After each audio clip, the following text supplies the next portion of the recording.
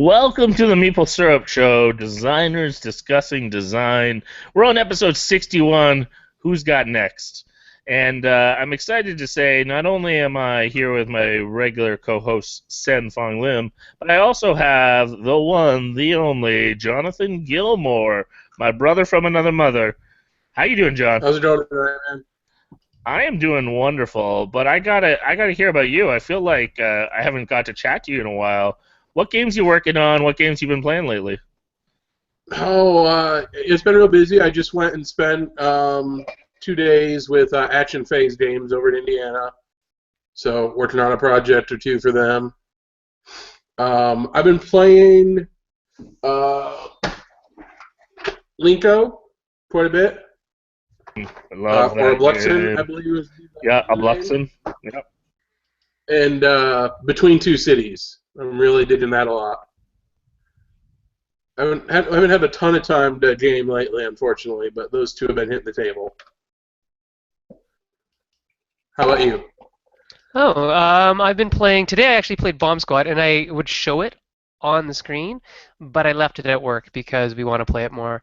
And today, while I was playing it, I came up with a new metric, and I think if anybody follows me on Facebook, you would know what this is. But one of my new metrics now for engagement is how many cell phones aren't being used at the time when we're playing it. And with that game, you really cannot. You have to engage completely and totally in it. It's like Hanabi plus plus plus. It's like Hanabi plus something like Space Alert. And that it's really quite fun and yet simple. Like the rules are very simple, but it's very fun. And Dave Short did an awesome job on doing the rules layout, as he usually does. If you've never seen Dave Short's short guide to X game or whatever, like Belfort, he did one for way before we even knew each other.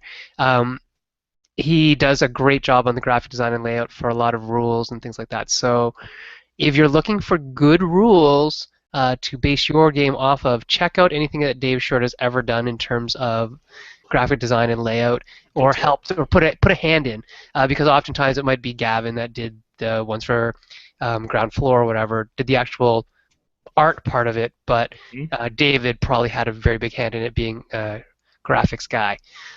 So yeah, we've been playing that a lot, and or just today, but we played it quite a bit today for being a brand new game. It is actually, I will put this on record, it is the quickest play from mailbox, from quick Kickstarter to the table that I've ever done. Whoa. You know me, I ordered a lot from Kickstarter, and so I have piles of Kickstarter games that I've never played. But this one, it's like, well, these are my friends' games, and I really want to play this, and it plays in 30 minutes, and it's awesome. So, anyways, you get to play Academy as well? You know what? No, because we spent so much time playing the actual big game that I didn't get to play Academy, which is Josh's and Daniel's game. So Josh Capel and Daniel Rocky. So I hope to play that soon as well. How about you, Daryl? What have you been playing? Well, I've only been basically focused on this lately, and that's because it's coming to Kickstarter within the week. So. Oh, that's right. Yeah, so it's been on crackdown, working on every little nick and cranny, making sure it's playing strong. So I'm really happy with it right now. So that's been the main focus this week. Beyond that, there's been a few games. I forgot to give a shout out, and I picked this up actually while I was away, but I have to show, in my opinion, the ugliest game box. I've been hunting for this game for a while, just for this box. Anyone recognize it? Oh, that's Heads of the State. Heads of State, that's right. That's Peter's game. Which Peter, the designer, would agree it is the ugliest game in the world. And Redemption is coming because this game has been developed and reworked into a wonderful game that's going to be coming out by Arcane Wonders called Royals. So, oh, yes, Royals, that's right. So, and it is incredible. I honestly predict it will win the Spiel des Jahres whatever year it comes out. Arcane Wonders, I talked to them at Grand Con, and they were showing me all the little details of the new cards and the little art changes they were making. They are worrying about the smallest of details because they know they have a winner there. So, as long as they put it out in German, then yes. Yeah, so whenever it comes out in German, I predict it wins this Wheel to Jar because it's just that game friendly. It's wonderful. Yeah. So yeah, I don't want to be against that game, whatever year that is, as well. That's funny. You know, it's Oh. like the Alan Moon losing to Carcassonne when he had like 2 games that should have won, but Yeah. how do you beat Carcassonne? I don't know. Well, actually, interesting news that hopefully is good news for Jay and I is that Will Wheaton is joining the cast of Powers. What? I know, What? right? That's pretty funny, eh? Yeah, I don't know what he's gonna do, but Will's gonna be on Powers Wow. for season 2 or something. I don't know. I think, anyways, like this. I don't know. I just heard this today. So. That is crazy cool news.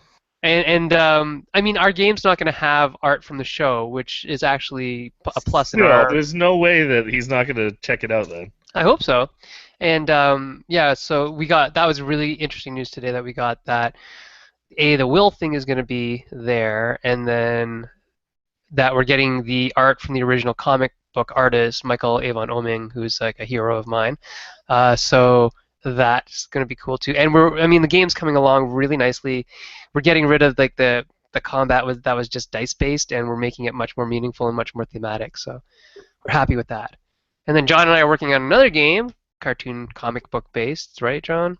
Yeah, that's right. So really excited. Yeah. Very exciting times. Yeah, so we're hoping that is coming up, at some point in our lives that will do something. But I'm really excited with where it's going. We're working on this weird and wonderful way to make something out of nothing in terms of how do you find out who has something that's different every time. That's it. There you go. There's a nice design challenge. I don't know, for people. but we'll figure it out. Jay's really good at that kind of thing. But other people tackle it, and you'll come up with a different game. That's the beauty of design challenges. Is you hear, like, for instance, I love when Seth Jaffe talks about how he heard about Trajan and what he thought Trajan was going to be of an evolving rondelle. That he thought, oh, shoot, I guess I can't make my game idea anymore. Then he saw Trajan, he was like, oh, this is nothing like what I was picturing. So he made his game, and now he has this really interesting game that he's finishing developing. If anyone sees him, ask him to play his, I believe it's Gladiator. No, is it Gladiator? No, Crusader-themed game. But there's an example of you hear a challenge and you decide, how would you make that? So. Yeah, and actually, if you see Seth, ask him to play Belfort dice with you. I was with him the last time he was asked that question, and I know. he did not look too impressed.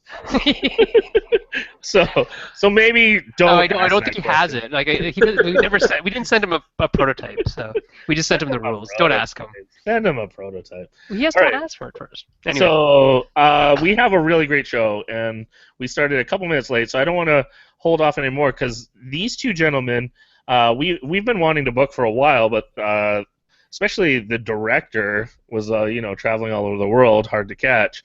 But we have our friend Douglas Morse here, who we got to meet a few years ago when he started to take on this ambitious project, and we have the star or subject matter of the documentary, Randall Hoyt, and we're talking about. I'm sure people already know because we've been tweeting and sharing, but for anyone who doesn't know or has been hiding under a rock, the wonderful documentary, The Next Great American Board Game.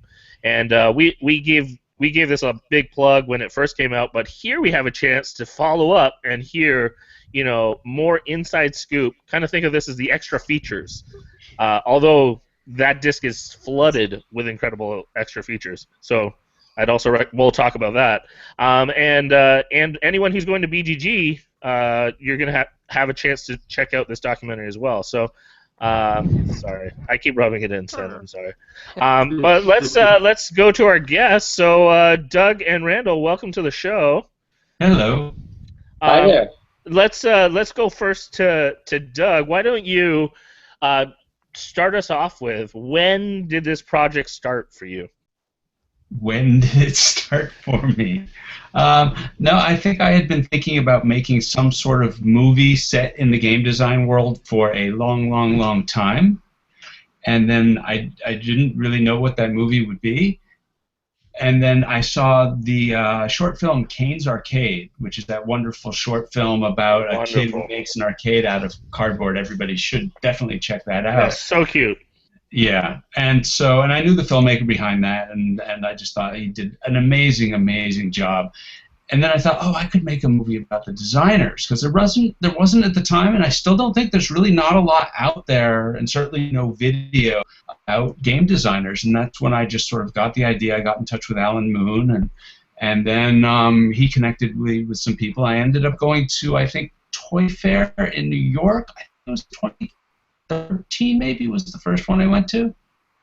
And that was just sort of the beginning of a journey, because I never met. I didn't know what the subject matter exactly would be. I remember I interviewed you guys up at the Gathering. I interviewed all sorts of people looking for my Neo, looking for my one, that someone that whose story I thought would be worth telling over an 80 or 90-minute movie.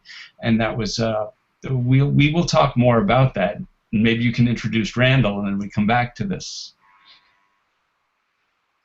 Yeah, Randall, how are you doing tonight? I guess my first question is, how have your feelings about game design really changed since you started on this journey with Douglas? Well, I mean, I found out that I don't really know a whole lot about it, and there are a lot of people that I met along the way who, had this sort of wealth of insight into. They had names for all these different patterns of play and mechanics, and so I learned a lot. At one point in the film, I had this psychological transition from being a guy that designed a game, to considering myself a game designer. But I consider myself a game designer with a lowercase g and a lowercase d compared to some of the people that I've met. Right. Yeah, Randall and I invited him to Origins. I was like, Randall, you've got this game, whatever, and I'm still trying to sort of figure out who the subject is going to be of the documentary or how it's going to take shape. And I said, you should come to Origins, and he wasn't available to go to Origins. And then he got in touch with me and said, okay, I'm ready to go. I don't remember. How did the Gen Con trip come about, Randall? Do you remember Well, exactly? I couldn't go to Origins because you told me a week before it was happening, and I had some stuff to do that weekend. Yeah. So he said, oh, there's this other one, but it's a little big, and maybe you shouldn't go. And I was like, what is the next? I'm going to the next one. I don't care where it is. And then I found out it's this big 40,000 person extravaganza. No, 70,000 people, I think, are at the con. Is that right, guys? It is now, yeah. It is, yeah. That year Yeah, it might have been less, A but little less, but yeah. It was crazy, yeah. So, I couldn't go to Origin, so I was like, well, what's next? Let's just do this one. Right, and at Gen Con, I would say I spent about 50% of my time with Randall as he's trying to pitch his game and get it done. And the other 50% of the time I was meeting other people I was interviewing that I had connected with before. And afterwards, I went down and hung out with Richard Launius down outside of Atlanta, and I stayed with him for like a couple days because I still didn't know sort of how the film was going to take shape. And then when I got back to New York and I got back into the editing room, I couldn't take my eyes off Randall because his story, first of all, he was that proverbial fish out of water. He really had no idea what he was doing, and there was something about that is very attractive just in terms of drama and telling a story. And Randall was also very candid about his struggles with bipolar disorder. And for me, that was an extra layer and something that was a story that he wanted to tell. And I thought, I'm really on board with this. This sounds really intriguing that he's so open with this and wants to talk about it.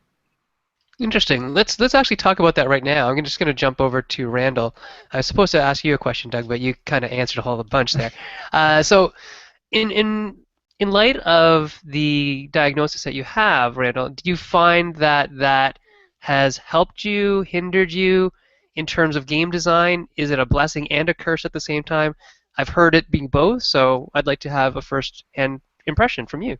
Sure. Yeah, bipolar, I think it's, a lot of people know what it is now, whereas, years ago, it was sort of manic depression, and it was, it had this sort of stigma. I think it still does. It's touched with the heavenly fire. It's the creativity. You look back through history, you can put your finger on all sorts of people who are either overt or sublimated about, sort of being, bipolar or manic depressive. So, yes, when I'm I can stay up for a long time, and I can work really hard, really fast over extended periods of time before I shut down. So it has helped a lot in creativity, and especially in designing board games, and bringing board games to, those crazy, sort of exciting conventions where you're on and you're buzzing for 4 days. So yeah, I think it's I can't imagine being any other way. Some people call it a disorder. I try not to think about it that way. Absolutely. I'm going to jump back to Doug, kind of going through. You not only, like you mentioned, followed Randall, but you got to interview, and some of the fantastic extra features that are included with the film are these private interviews with some prolific designers. And we have a question from the audience that I would love for you to kind of answer. Did you notice this question's from Tony Chaikin? I'm sorry if I said that wrong. But do you know, from your perspective, Doug, do you notice game designers go through their day and see game ideas from their everyday life? And tell us a little bit about what you heard from interacting with a variety of designers. Oh my goodness. Let me show the back of the DVD case if I could, because I think that shows some of the folks that we got to interview. We got to interview like Reiner Knizia, Alan Moon. I did interview Richard Launius, but he didn't make the special features. There were people I didn't get that didn't make it. Richard Garfield, Steve Jackson. Yeah, he was one of my first big sort of little featurettes, because we did something with him at Origins. And I'm just trying to think of, their game ideas, especially I think I learned this a lot from Steve Jackson, is their game ideas come from everywhere, but they come from literature, they come from movies, they come from just, being immersed in different types of storytelling. And so game design is just another type of storytelling. And sometimes it'll be sort of a theme, or it might be a mechanic, or somehow the idea will just come. And Steve Jackson said a lot of, all the people I interviewed said a lot of really great things, but it's like any sort of creative act. You get this idea and you write it down, and then you write it down, and you sort of brainstorm ideas and see how they come together. The thing I've learned about game design, not being a game designer, but just by interviewing and talking with game designers, is how alive game design is. Filmmaking is a very collaborative process, and you bring a bunch of people together. Are we still live? Let's hope so, because I got a weird picture on my screen.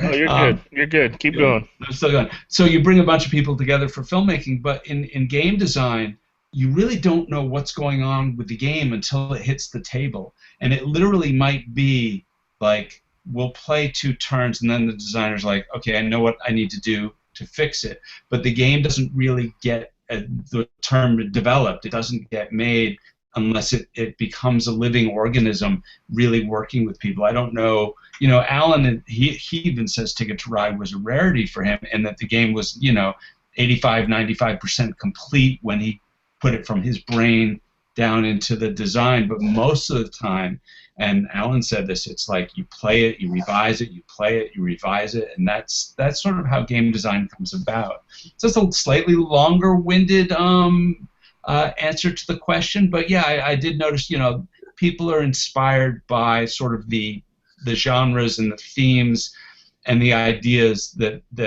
they love. Like, if you look at Elfenland, and if you look at Mush, even, or one of Alan's older games, or you look at his train games, he tends to come back to similar ideas and themes in his games all the time. Mm-hmm. Well, I think we've lost John Gilmore. That actually might have caused that weird picture that you saw. But hopefully he'll be back. John, if you're watching, come on back. We like you. Okay, so So you hear about the experiences from other designers' perspectives. You hear about what they're drawing from when you talk to them. Randall, what made you want to make a game about the most awful experience known to like humankind in terms of gridlock? What made Well, that a thing?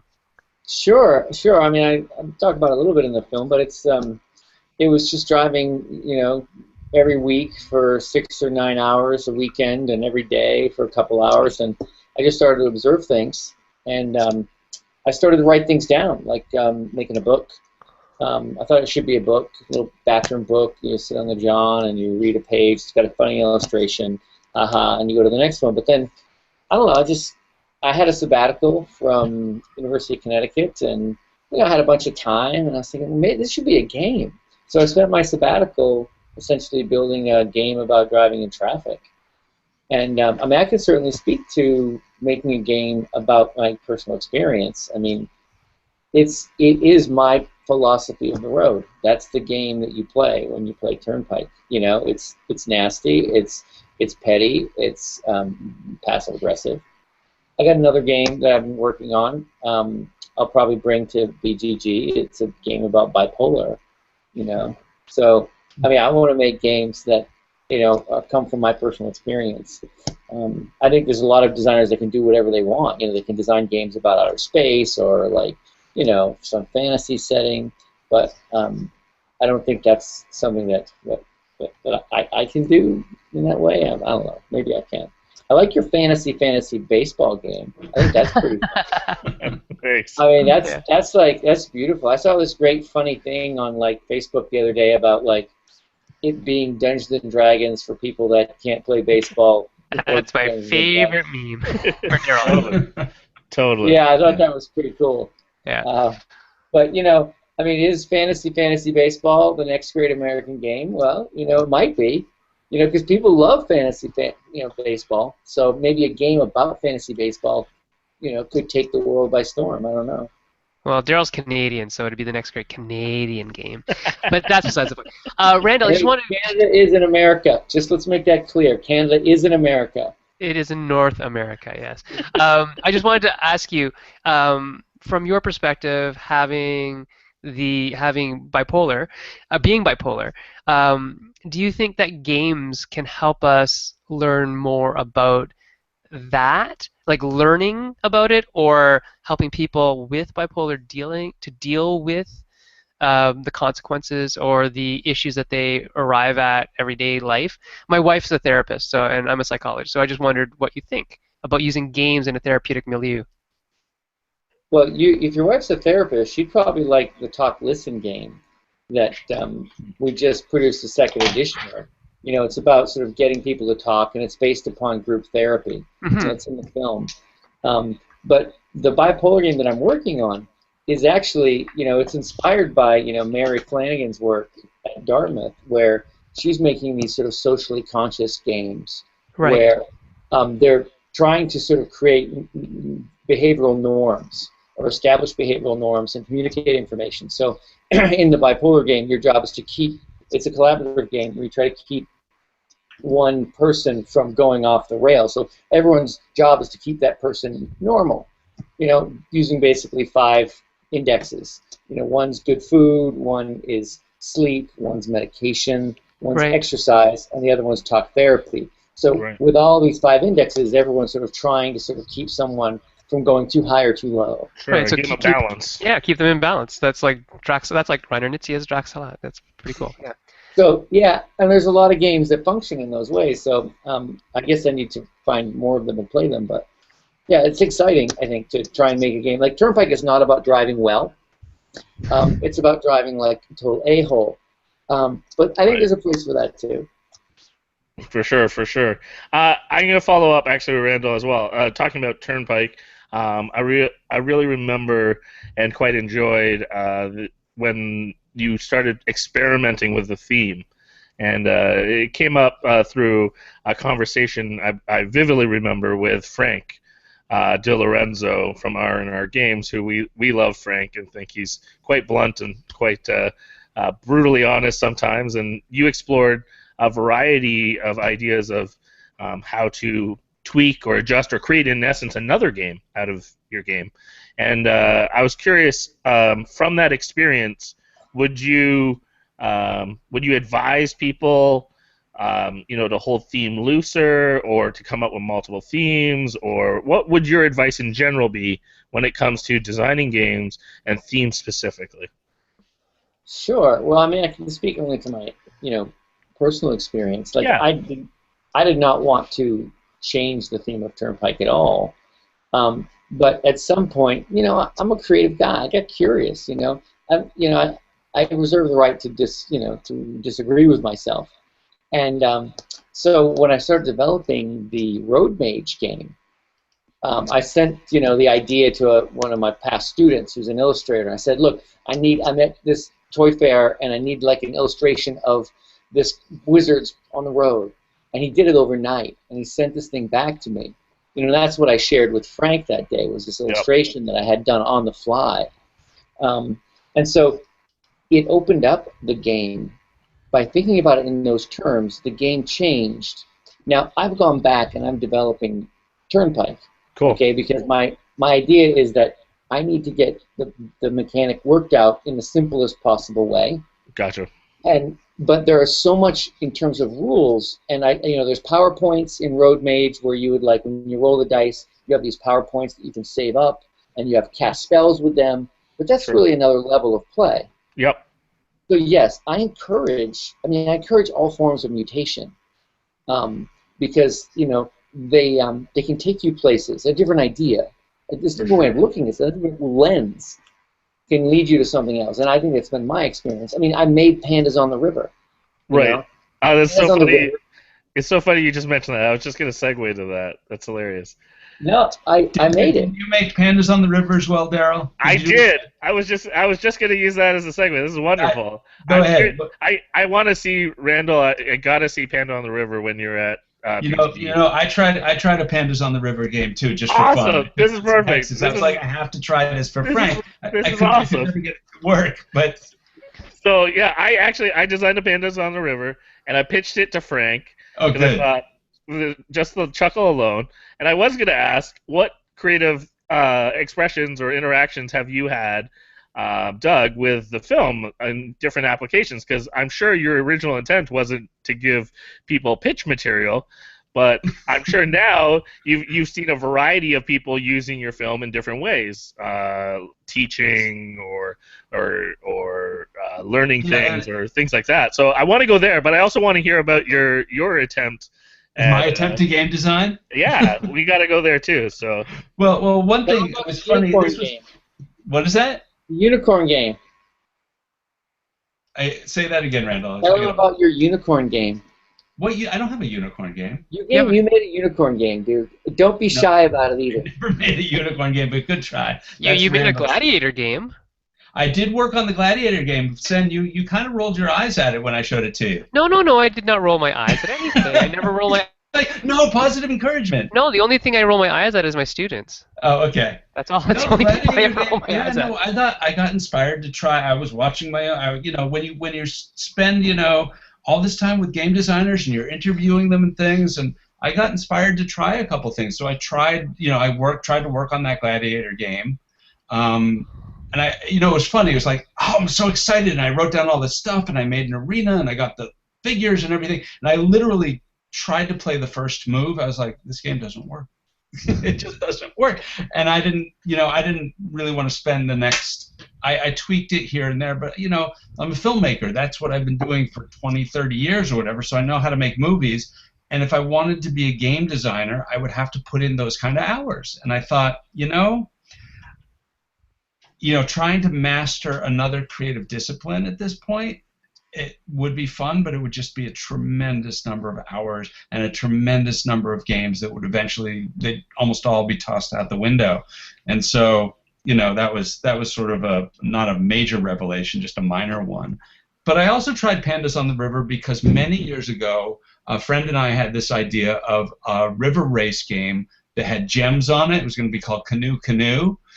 And we didn't get very far on it, and then Niagara came out, so I thought, and then when Randall mentioned Pandas on the River and stuff, and whatever. I was like, oh, I should try that idea of a river race game with gems and collecting gems and things, and call it Pandas on the River. It's beautiful. I got a little further, but what about yours, Daryl? I got gems on a river, man. You got gems? How could you not have gems on the river, right? How could you not? So no, I'll show you it at BGG.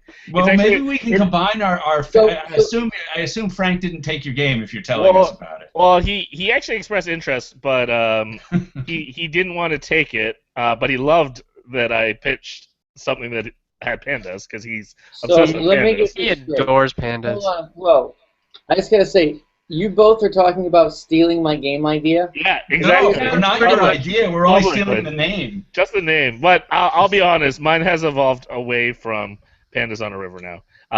Mine can always be this called game Canoe called Canoe. Fantasy Football. Yeah, Fantasy Football, man. It's totally awesome. It is awesome, and it's actually another a package purchase on Fantasy Baseball if you'd like to add to your purchase in a week. So, Sen, did you ever see Sen Talk Listen? No, but I want to now. This is Randall's other game, but you're not going to be at BGG?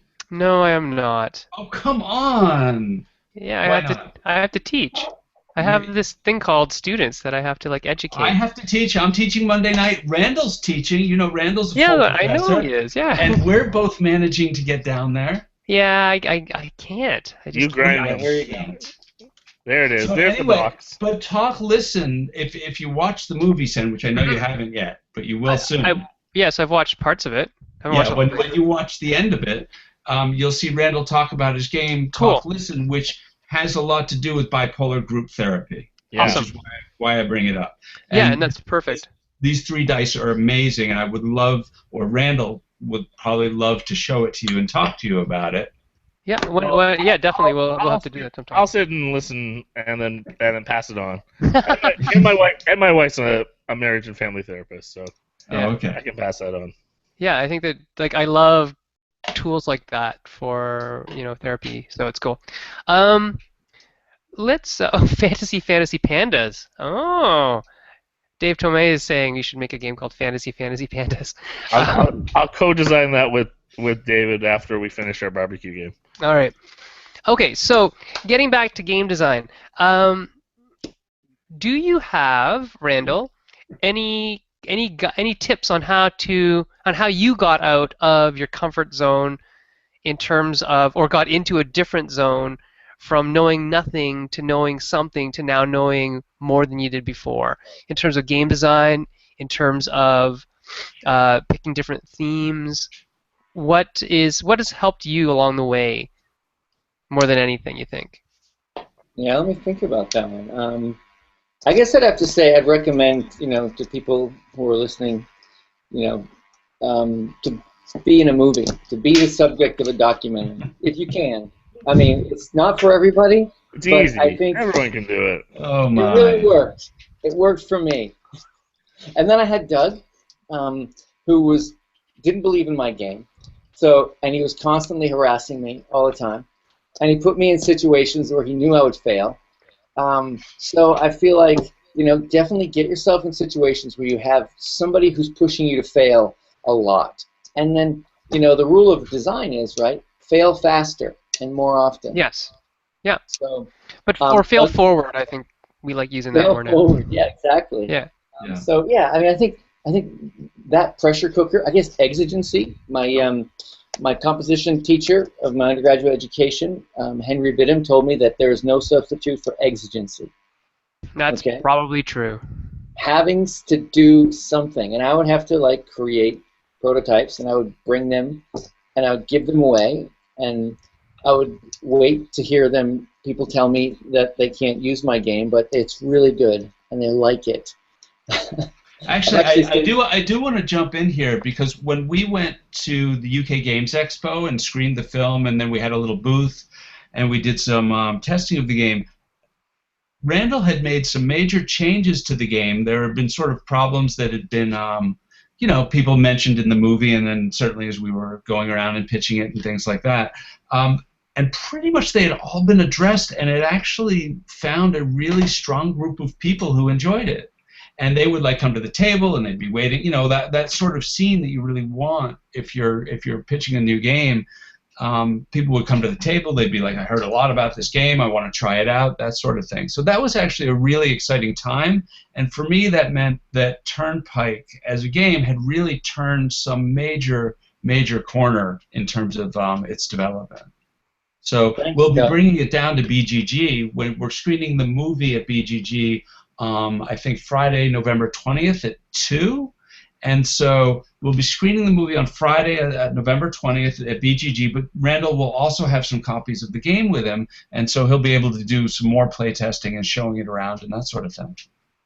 Right. Yeah, thanks for bringing that up, Doug, because at the UK Games Expo, this thing, people were trying to play it. They were referring each other. Hey, I heard about this game. Somebody said I have to come play it. I mean, that's a totally different experience than what I had when I had, James Matthey, in my face telling me I was a loser, in Gen Con, to come back to actually have people really like it. And I had different, game publishers, coming up to me and saying, well, you really ought to kickstart this. I can help you with it. We had a nice game on Saturday night with some insider guys, and they had a really tough, rough and tumble, trash-talking good time with the game. These guys have been playing games for years, just ripped into this game, and they played it like it should be played. Okay, it's not a strategy game. It's a game to mess with your friends and have a good time, and have a good. I mean, I'm making right now. I've got a print and play that I'm working on, and I'm going to bring some of these to BGG, and so I'm going to cut out some of these things because these are kind of a pain in the ass. But the print and play is going out. I redesigned the cards. So here's the card. Buzzkill before, right? Mm-hmm. And then here's the card Buzzkill now. Okay, so I mean, I continually work and refine this stuff. So I think the mechanic has improved quite a bit, and I'm bumping up the production value of I'm going to bring out 20 of them, I think. And if somebody wants one for whatever, $15 or something like that, rather than downloading it and cutting it out themselves, they can have one. Or not. I think the main thing we saw, one of the main criticisms in the film was the game was just taking way too long. And when Turnpike went through its road mage iteration, Randall was able to find some mechanics, and the game can play between 15 and 30 minutes. It's like, oh, I can have this fun experience with people. Because there were always things that I really liked about the game, no matter what Randall says I said about the game. No, you hated it. Yeah. There were things that I've always really liked about the game. I liked the fact that you were making a puzzle for the person who was going after you. In other words, you were rearranging the cars on the road to create a puzzle for the next person, and then they have to puzzle their way out of it and then create a log jam for the person coming after them.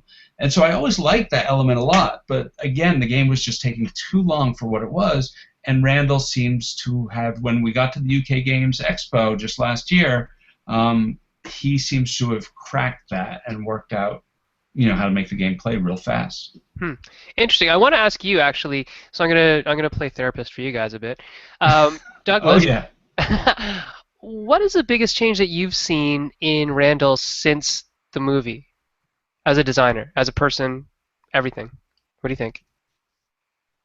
The biggest change? Well, he did. I mean, this was a worry for more as a filmmaker than anything else. In that I'm getting 2/3 of the way from through the movie, and Randall is a very, very stubborn human being. And so. But that's good, it works well for the movie. It's telling a certain story, and he's like, I'm not going to change my game. I'm not going to change my game. And then I'm thinking, if he doesn't actually take some of this advice, we don't have a movie. And it was killing me also because I'm on the other side of the camera thinking, these people are giving you great advice about things you can do with the theme for the game or different types of mechanics.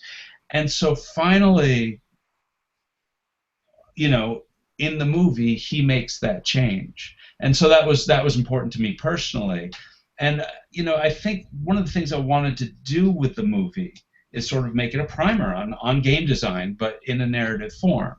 And so Mike Gray, who was at Hasbro and now has done all sorts of stuff, but I consider him sort of the Yoda of the piece. Oh, Because absolutely. we went, that's, He that's is. a good way to describe him. He is a Yoda. yeah, and there's that scene with Randall where we went down to Mike's little basement, just wall-to-wall games all over, and Mike says to Randall, "You have to listen."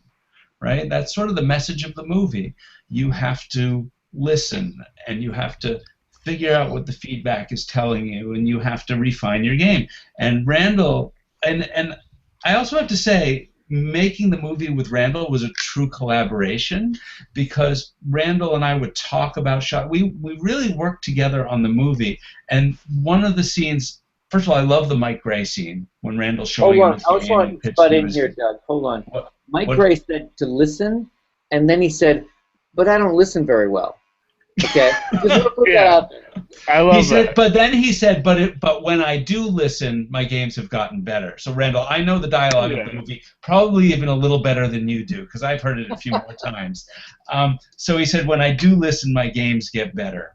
So from after that scene with Mike, we hadn't done, Randall and I often did like, okay, what's Randall's reaction to whatever's just happened, and we do things to camera. Well, we hadn't done anything like that, and so Randall recorded it himself, his reaction to Mike and what Mike said, and he's looking straight at the camera and he's saying, basically, I'm not going to listen, which is a wonderful moment.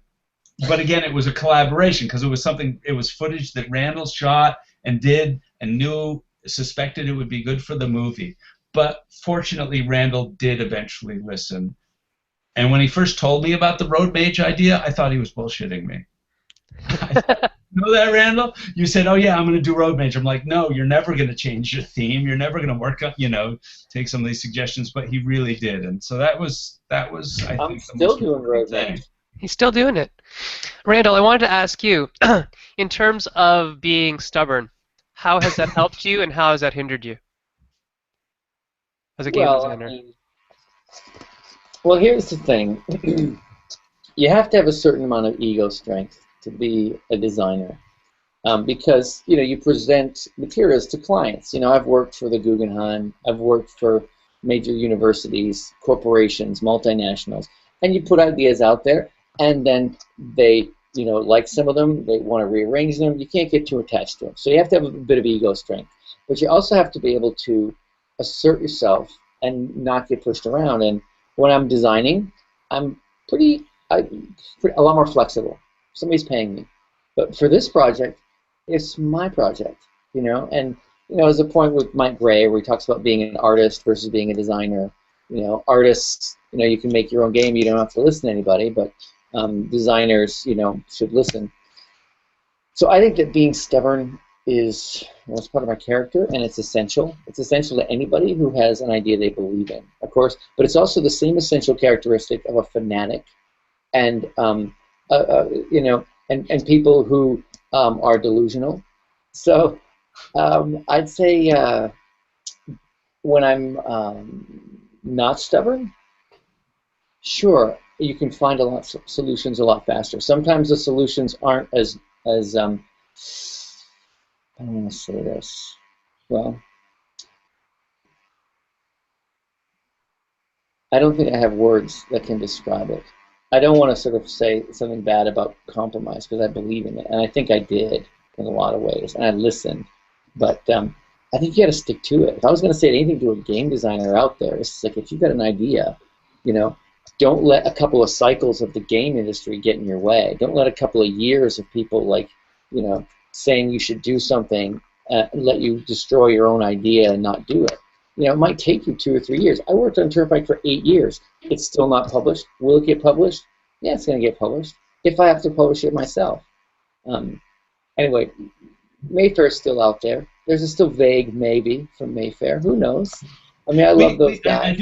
One story I did want to tell is that we can finally tell this is that AEG wanted to package the movie and the game together. And we talked with them. It was over a year, wasn't it, Randall? And it just never came to fruition. And I was like, we've got to have faith that this deal is going to come through. It'll be great for the game. It'll be great for the movie. And then it just, for various inner political workings of AEG, because we had a guy who really wanted to do that. It just didn't happen, and so I was not crushed, because the movie's still out there and what have you. But having it sort of published by AEG would have been a great thing. But as Randall points out, Mayfair is still interested, and they might want to do either Turnpike. Did they mention a bundle? You said, Randall? It came up, but I mean, yeah. I mean, everybody, until people decide and they come forward, it's all sort of nebulous. Yeah. Right. No, that's it's not like they had a contract in their bag and they just handed it to me. I hear that happens. It does. It definitely happens, and Frank is one of the people who will do that. He did it with Attraction. Yeah, I can attest to Frank doing that, because he's done it with me.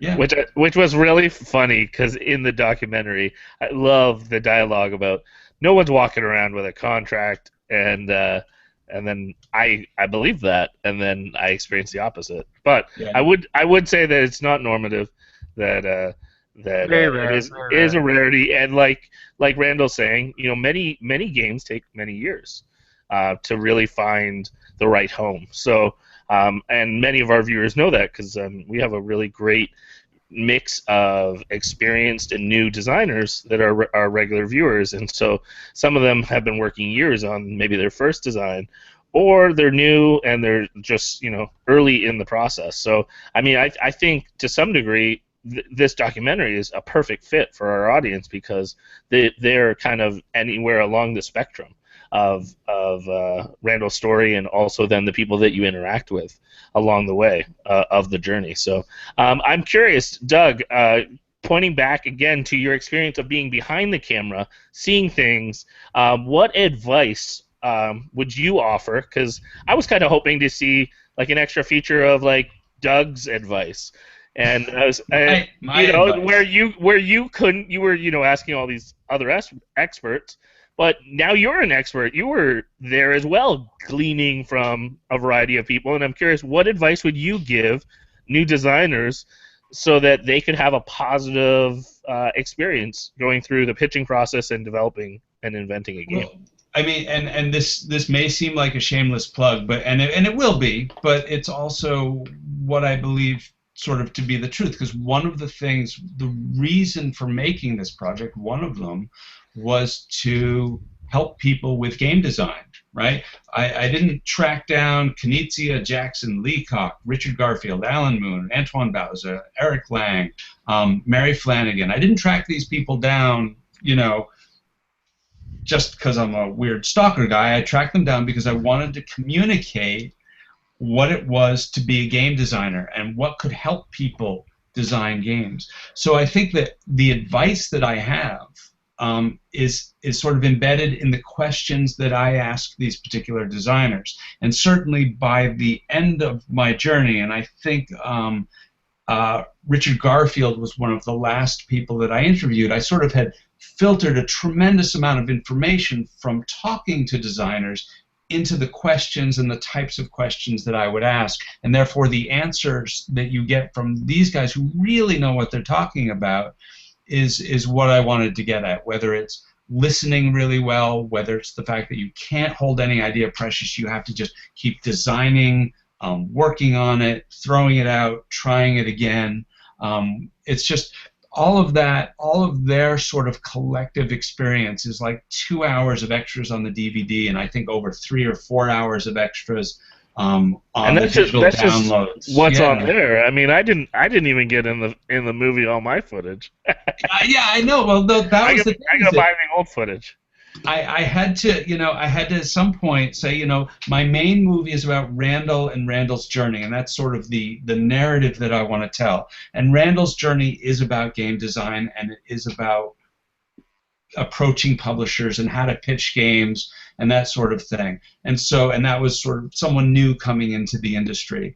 And then the extra features were all these really experienced people, and I really wanted to dig into their ideas about game design, talking about specific games of theirs, or maybe more general ideas about their strategies to design games.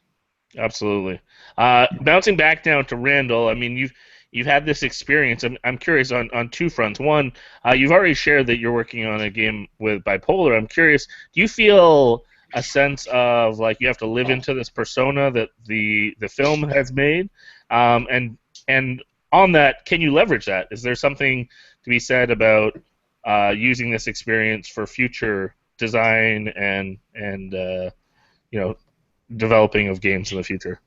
Can you repeat the second part of that question? Yeah, just like, do you see this as an opportunity to leverage your experience, and what can you leverage from your experience? Okay, so first of all, the persona in the film is me, and I walk around in it.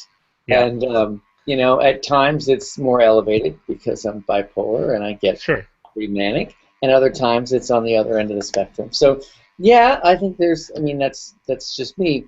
And in terms of leveraging it, I think that to think about the film and the game separately, the game wouldn't be in the place that it is without the film, because it pushed me to keep making it better, and I got some really great feedback, and I incorporated it. I'm in it for publishing my game, so if I can continue to sort of go to screenings and things like that and share it with more people, like I want to get a wider sort of do some blind testing of this thing, and so yeah, I think there's a symbiosis with Doug, and for whatever. I mean, I think we got something going. Do we need some marriage counseling though, Randall, or are we okay at this point? I think you're crazy, but I think it takes one to know one. So I mean, there's a certain relationship that's developed through this process, which is kind of fun. I'm looking forward to seeing Doug again in BGG and wandering around and meeting some new people. So yeah, we'll have fun. We'll have fun. Yeah. Yeah. I'm not sure if I answered the question, but Oh, that's great. Oh, that's wonderful. great. Randall, I wanted to know, and people who are watching the stream actually want to know, what modern board games are your favorite board games, if you play them at all? Yeah, that's a good question. I like, I have to harken back, Nuke War, man. It's an old one, but I like Nuke War.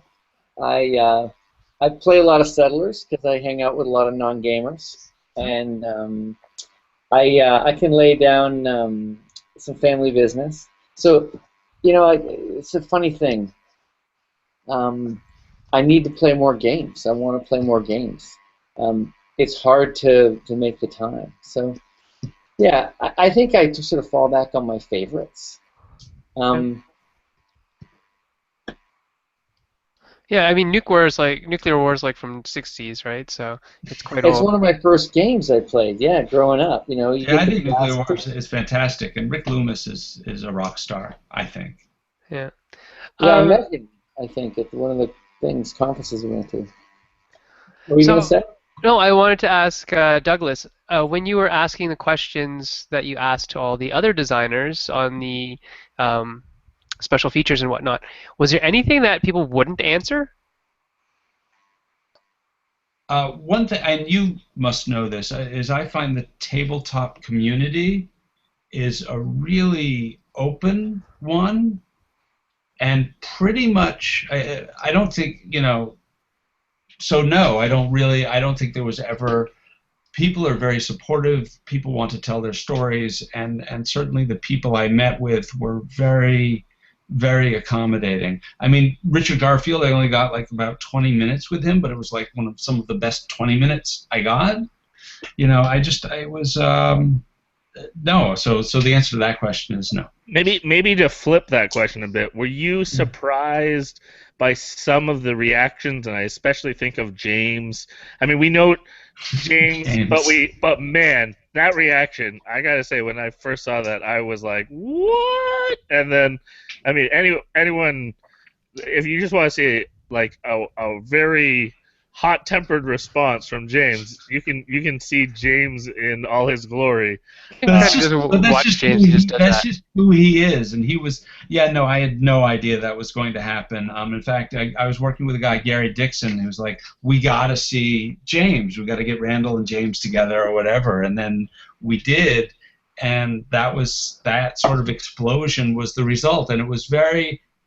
It was wonderful. I thought it was funny, and Randall certainly didn't take offense, because I don't think you did you? I thought it was funny. This Yeah, guy's going exactly. off on me. That was all him. I And brought my game and there. he It's has the a next grain great of salt American about game. himself as well. He can't see it. That's his own problem. He's a very assertive person. Yeah. He's I like him. I mean, I had a good time. absolutely. He's a He's super bulldog. fun. We like it. Yeah. He's quite fun. Daryl, you have any other questions? Yeah, well, I mean, we're running out of time actually, so I'm gonna do one of our last questions, then it's gonna bounce back to Sen. So I'm gonna actually bounce this to Randall first. Just to, we mentioned already kind of who our audience typically is, and for anyone who hasn't seen the film, they might not know the details of your journey. But I'm curious, since the film, what things have you learned along the way that you would recommend to new designers or old designers on how to be a better designer? My advice to how to be a better designer? Yeah. I would say choose your critics. I mean, you've got to choose. Flesh that out. Flesh that out for me. Well, I mean, that's the sort of classic one that I learned as a designer years ago. You got to decide who to listen to.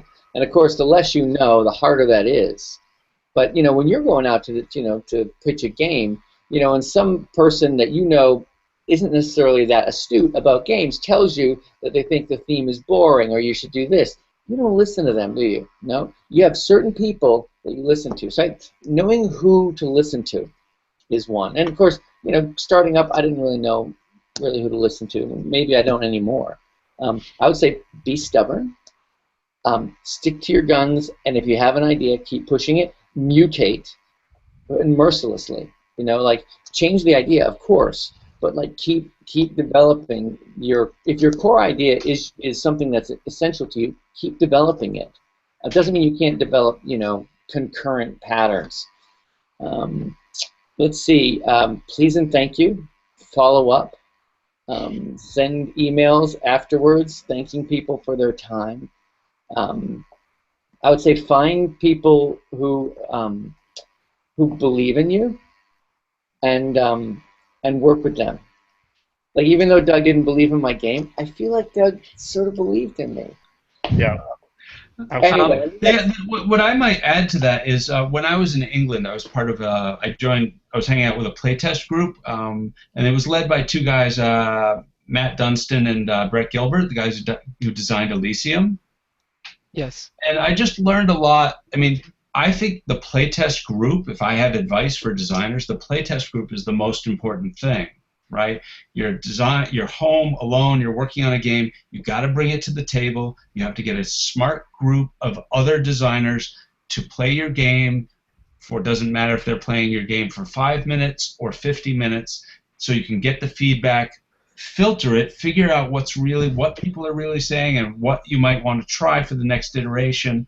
Then you sit and you play their games and you can see what they're working on. You can give them feedback. So I think the playtest group is probably the most important part of the process. I know Reiner has his own playtest group, and all the designers that I know pretty much have groups of people.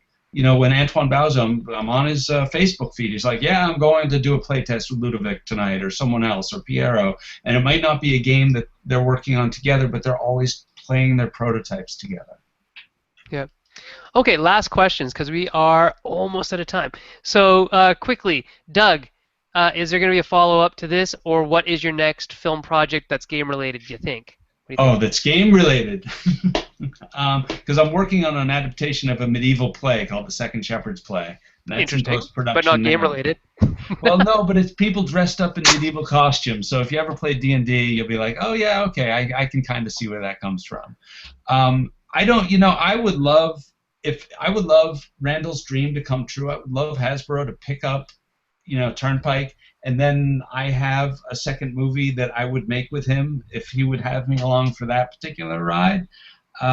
So I don't know, if that's going to happen. I'd like to do a few more follow-up interviews with people because Eric Lang and Matt Leacock, they're coming to the screening down at BGG, or at least I know Matt is. Hopefully Eric will too. And I'd like to do a follow-up interview with them because they were just wonderful. So I should also let people know if they're still with us. Tabletopmovie.com is where you can get the digital download of the film. And you can also watch the trailer at tabletopmovie.com. So again, I don't know what's next for me. My things tend to jump from different types of projects, but I would consider doing something more in the game design world if something pops out at me. Short Asian Canadian game designers. It's a thing. It definitely is a thing. Me and Chris. Anyway, and last question to Randall. The audience actually wanted to know is doing a game about potentially sensitive subjects like bipolar disorder, et cetera, could that lead to backlash? And is society so concerned with offending people? And is that a reason to actually make the game? What do you think? You mean like I would offend bipolar people by making a game about it? I don't know. I mean, that's the only backlash I could imagine, that I would actually care about. Mm-hmm. I think that, we've come a long way in discussing mental health. One of the things that I wanted to do in the movie was, I redid the movie with Doug because I wanted to talk about it. I was fresh out of rehab. I spent 5 weeks in rehab when Doug started filming, like a couple of months later. Right. So I was ready to talk about my experience and how important it is to remove the stigma. We've come a long way. Yep. I wouldn't want to make a bipolar game that was about trying to crash somebody and make them, have a manic episode. I think the game needs to be positive. So, right. Yeah, I think I'm working on a national symbol for bipolar. I have a number. Yeah, that's nice. I think there should be something right next to the rainbow and the pink triangle and the Darwin fish. There should be something on your bumper sticker that says I'm flying the flannel for my compadres with bipolar. Mm-hmm. Take your meds. I'd love to see that. All right, Dale, you gonna wrap, buddy? Yeah, absolutely. Well, I just want to say thank you both to Douglas and Randall for coming on the show, sharing about your experiences. I know for a fact I'm already seeing thank yous on the YouTube channel and on personal notes of people that appreciated hearing more about the film. I really do want to recommend people to check out the film, purchase it either online or order a copy on DVD. There's some fantastic extra features on there as well that we alluded to, but we didn't touch that subject matter, and there's a lot of it. So you're going to just have to get the film and watch it and see the journey that Randall, part of his journey at least, and we look forward to keeping in touch and hearing how the story continues to unfold. So thank you both, Randall and Douglas. We also want to say thank you to our fans. Keep making great games, and we look forward to playing your games soon. Thank you so much, Daryl. See you at And BGG. And yeah, we'll see you at BGG.